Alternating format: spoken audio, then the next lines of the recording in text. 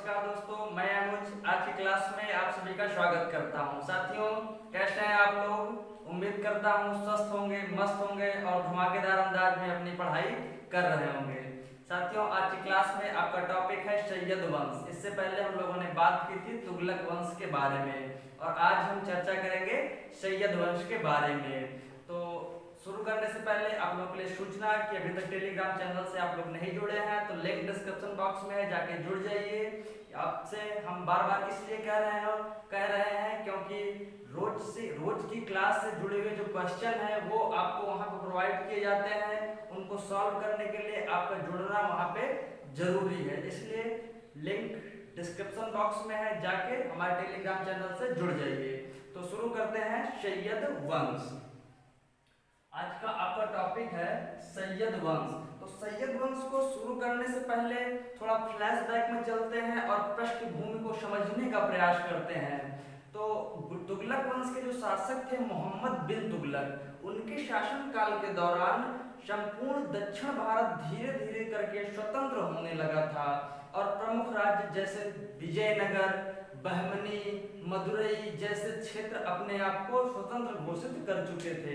हरिहर एवं बुक्का नाम के दो भाइयों ने विजयनगर साम्राज्य की स्वतंत्रता घोषित की। इसी प्रकार बहमन शाह ने बहमनी साम्राज्य की स्वतंत्रता घोषित की। तो ये विस्तृत क्षेत्र था तुगलक वंश के शासनकाल के दौरान धीरे धीरे सिकुड़ता गया और सैयद वंश आते आते और भी सीमित हो गया। तो इसी तुगलक वंश के अंतिम शासक जो नासिरुद्दीन महमूद थे, इन्हीं के समय में लगभग 1338 ईस्वी में लगभग 1398 ईस्वी में एक विदेशी आक्रमण हुआ। उस आक्रमणकारी का नाम था तैमूर। 1398 ईस्वी में तैमूर ये मध्य एशिया का बहुत ही खतरनाक दुर्दांत आक्रमणकारी था और ये मध्य एशिया का था। तैमूर एक पैर से लंगड़ा होने के कारण इसे तैमूर लंग भी कहा जाता था। एक पैर से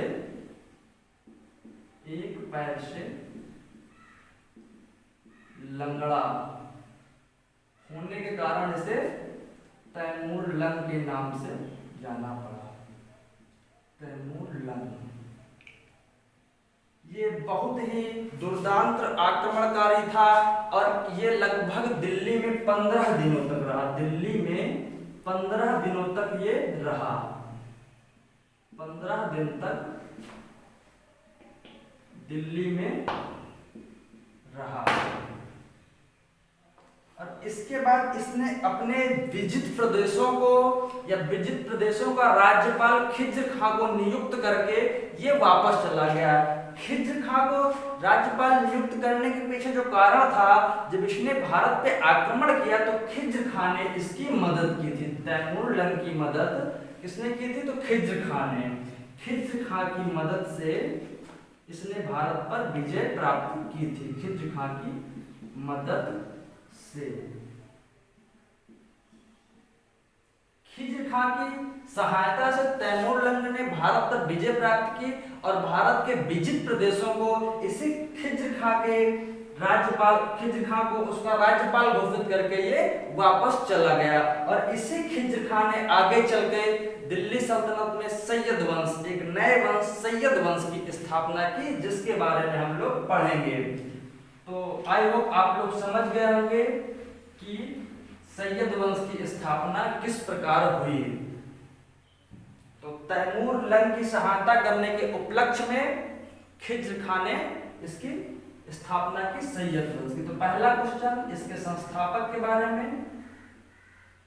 संस्थापक और सबसे पहला जो बनता है इसके कालखंड के बारे में कि सैयद वंश का शासनकाल कब से कब तक रहा। तो 1414 ईस्वी से 1451 ईस्वी तक इसका शासनकाल रहा। किसका? सैयद वंश का। तो संस्थापक इसके जो थे वो खिज्र खां थे। खिज्र खां सैयद वंश का संस्थापक खिज्र खां को माना जाता है और इनके पिता का नाम नासिरुल मुल्क मर्दान था। पिता नासिरुल मुल्क मर्दान। नासिरुल मुल्क मर्दान के पुत्र खिज्र खां ने सैयद वंश की स्थापना की। यह दिल्ली सल्तनत का सैयद वंश दिल्ली सल्तनत का एकमात्र शिया वंश था। एकमात्र शिया वंश था। शिया मुसलमानों की एक शाखा होती है जो सैयद वंश के तहत इन्होंने शासन किया, शिया वंश ने। और इसके बाद तैमूर के जो पुत्र थे शाहरुख, तैमूर के पुत्र का नाम था शाहरुख।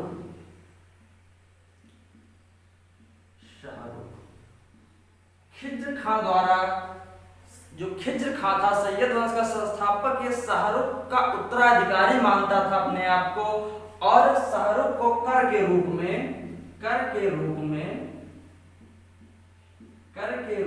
निश्चित धनराशि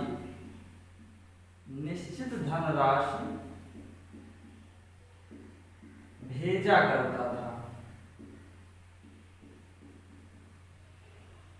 शाहरुख को कर के रूप में निश्चित धनराशि भेजा करता था। और इससे दो इंपॉर्टेंट पॉइंट और बनते हैं इसकी उपाधियों से संबंधित कि इसने खलीफा से सुल्तान की उपाधि नहीं धारण की थी, सुल्तान पद की उपाधि नहीं धारण की थी, सुल्तान की उपाधि नहीं धारण की और रैयते आला की उपाधि से अपने आप को संतुष्ट रखा या सिर्फ रैयते आला की उपाधि से खुश था। रैयते आला की उपाधि से ये खुश था। तो खिज्र खां से बनने वाले इंपॉर्टेंट पॉइंट ये दो एक हैं, जैसे कि सैयद वंश के संस्थापक तो खिज्र खां और इनके पिता का नाम नासिरुल मुल्क मर्दान था। इसके बाद ये सैयद वंश जो था ये दिल्ली सल्तनत का एकमात्र शिया वंश था।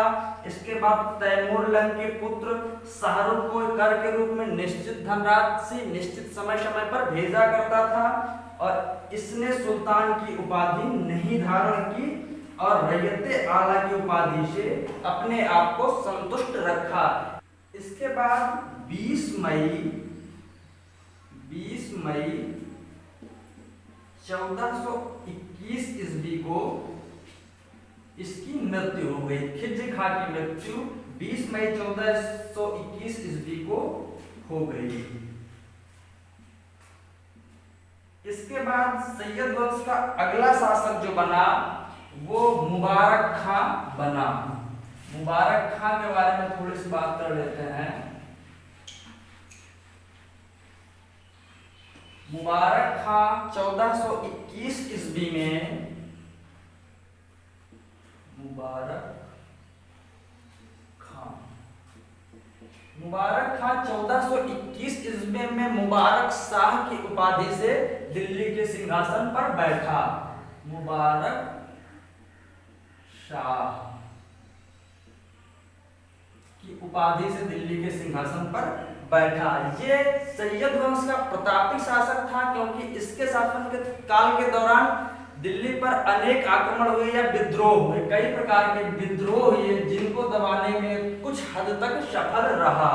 तो ये सैयद वंश का प्रतापी शासक कहलाया। और इसने रैयते आला की उपाधि से संतुष्ट नहीं हुआ ये और इसने सुल्तान पद की उपाधि धारण की। सुल्तान की उपाधि धारण की।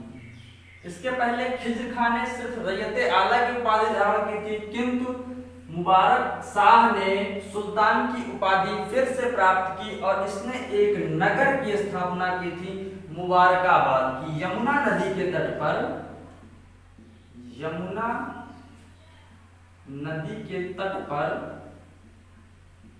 मुबारकाबाद की स्थापना की थी। मुबारकाबाद की स्थापना। तो मुबारक शाह से बनने वाले एक दो इंपॉर्टेंट पॉइंट की सबसे प्रतापी शासक था।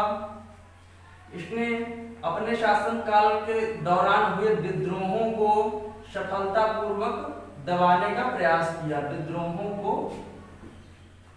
दबाया और इसने सुल्तान की उपाधि धारण की। और सबसे इंपॉर्टेंट क्वेश्चन की मुबारकाबाद की स्थापना, यमुना नदी के तट पे मुबारकाबाद की स्थापना की। इसके बाद बात कर लेते हैं सैयद वंश के अंतिम शासक के बारे में, अलाउद्दीन शाह के बारे में। अलाउद्दीन शाह। अलाउद्दीन शाह। अलाउद्दीन शाह अलाउद्दीन आलम शाह की उपाधि से दिल्ली के सिंहासन पर बैठा। अलाउद्दीन आलम शाह। अलाउद्दीन आलम शाह की उपाधि से दिल्ली के सिंहासन पर बैठा। यह एक अयोग्य शासक था। अयोग्य शासक होने के कारण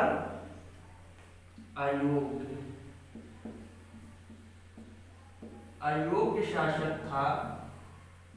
इसके शासनकाल में ये लगभग सैयद वंश का अंतिम शासक था। अलाउद्दीन आलम शाह सैयद वंश का अंतिम शासक था और इसकी अयोग्यता ने सैयद वंश के विनाश का मार्ग प्रशस्त किया। और इसी के शासनकाल में एक नए वंश या इसके अंतिम क्षणों में इसकी समाप्ति करके एक नए वंश दिल्ली सल्तनत में लोधी वंश की स्थापना हुई। बहलोल लोधी ने लोधी वंश की स्थापना की सैयद वंश की समाप्ति के बाद। तो आज की क्लास में इतना ही। मिलते हैं नई क्लास में, तब तक के लिए नमस्कार, जय हिंद।